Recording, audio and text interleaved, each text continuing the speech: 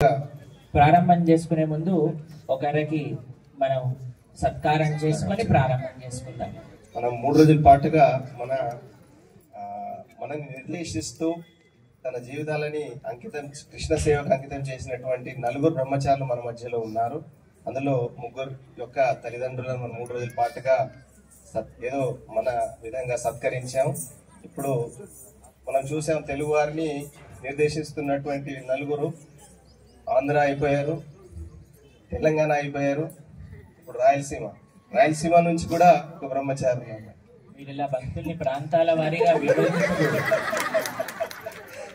So మన శరత్ పూర్ణిమ ప్రభు కర్నూలు నుండి వారి యొక్క తల్లిదండ్రులు కృష్ణమోహన్ రెడ్డి,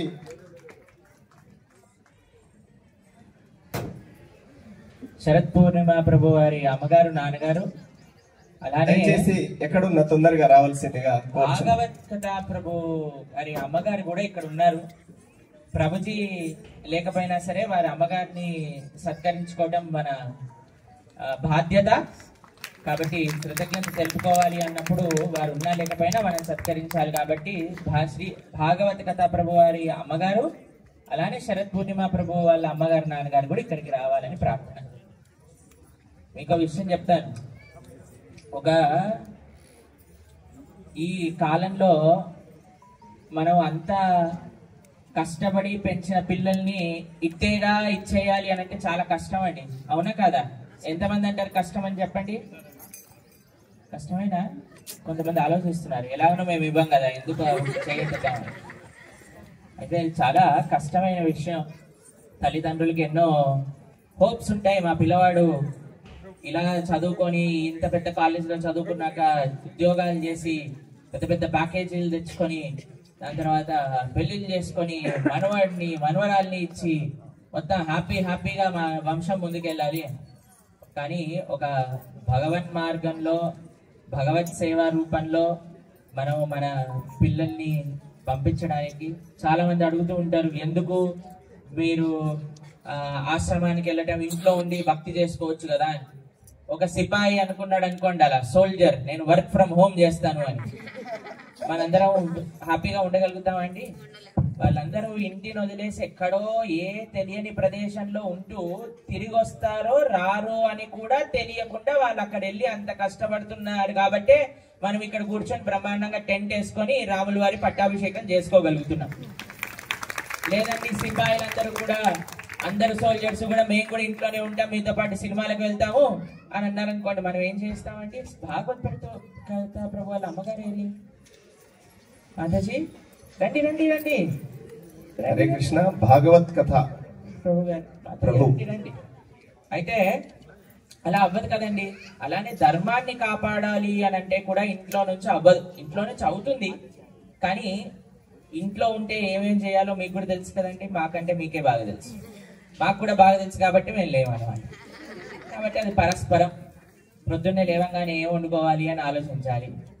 ఇడ్లీకి ఒక చట్నీ సరిపోదా, దాంతో పాటు ఇంకో అల్లం చట్నీ కూడా కావాలి, దాంతో పాటు సాంబార్ కూడా చేయాలి. ఇడ్లీతో చట్నీ సాంబార్ ఒకటే కాదండి, ఇంకొక ఉప్మా కూడా తయారు చేయాలి. సరే అన్ని పుచ్చుకున్నాక మళ్ళీ హర్బల్ టీ, కాఫీ, అది అయిపోగానే వెంటనే ఆలోచన వస్తుంది మధ్యాహ్నం పూట ఏం వండాలి.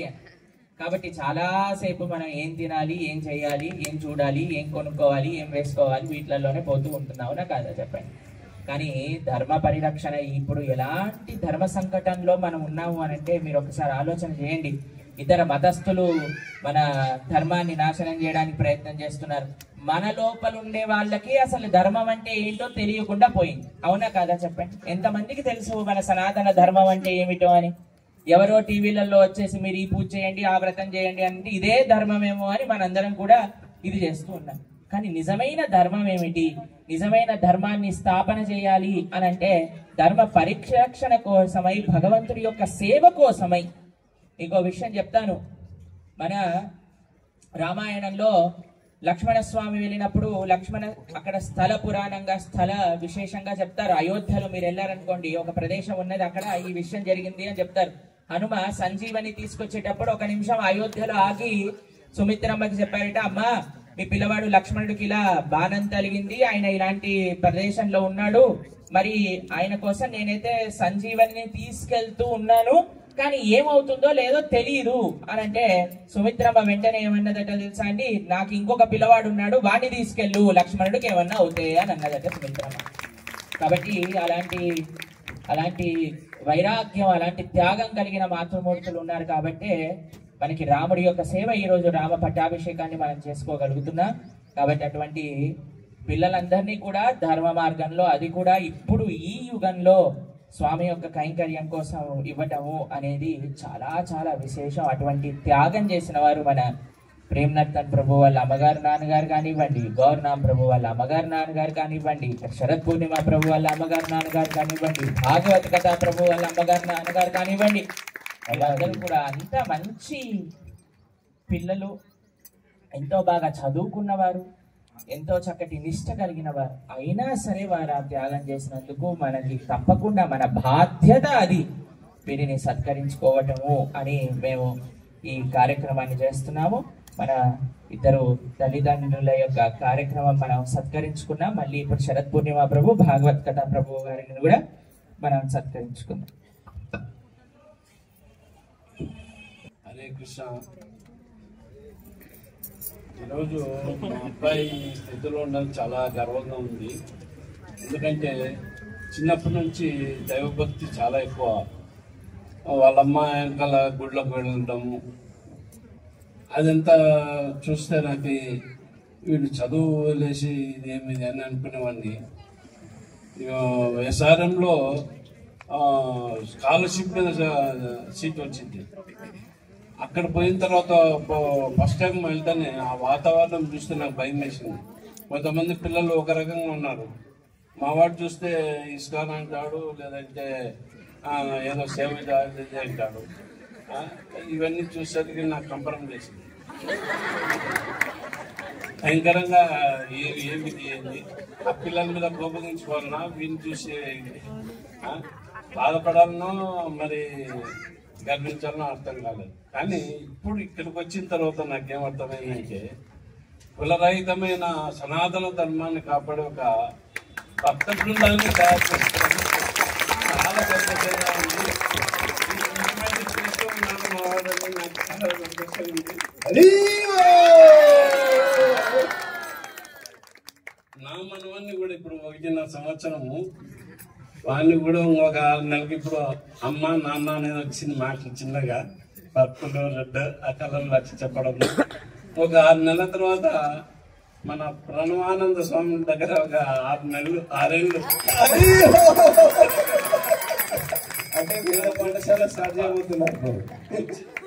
ఇంకే తప్ప ఈ లోకంలో ఈ పరిస్థితులు అడ్జస్ట్ కావడం సాధ్యం కాదు. సంపూర్ణమైన నాలెడ్జ్ లేకుండా, ఈ భక్త బృందంతో పరిచయం లేకుండా మనం బతకలేము అనేది అర్థమైంది.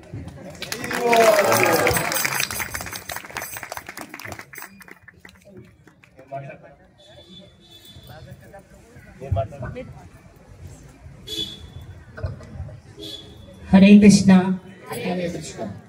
అందరికీ నమస్కారం, ప్రభువారికి నమస్కారం ప్రత్యేకంగా అందరికీ.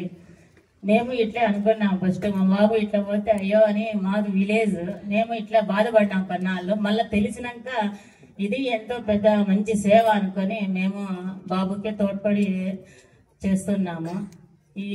దీనివల్ల మాకు ఇప్పుడు ప్రభుజీ మాకు ఇంత ఇది చేసినందుకు చాలా సంతోషము. మా పెద్ద మనవడు ఇట్లా ఏమి, ఆ బాబుకి ఏమి తెలియదు, వాళ్ళమ్మ వాళ్ళు పెంచినారు. ఇప్పుడు చిన్న మనవడు 1 సంవత్సరము, ఆ బాబు కొంచెం పర్వాలేదు, ఇలాగే కొంచెం దైవికంగా వస్తాడని అనుకుంటున్నాము. వాళ్ళ నాన్న చెప్తాడు, బాబాయ్ దగ్గర పోరా కొన్నాళ్ళు అని చెప్తూ ఉంటాడు. హరే కృష్ణ.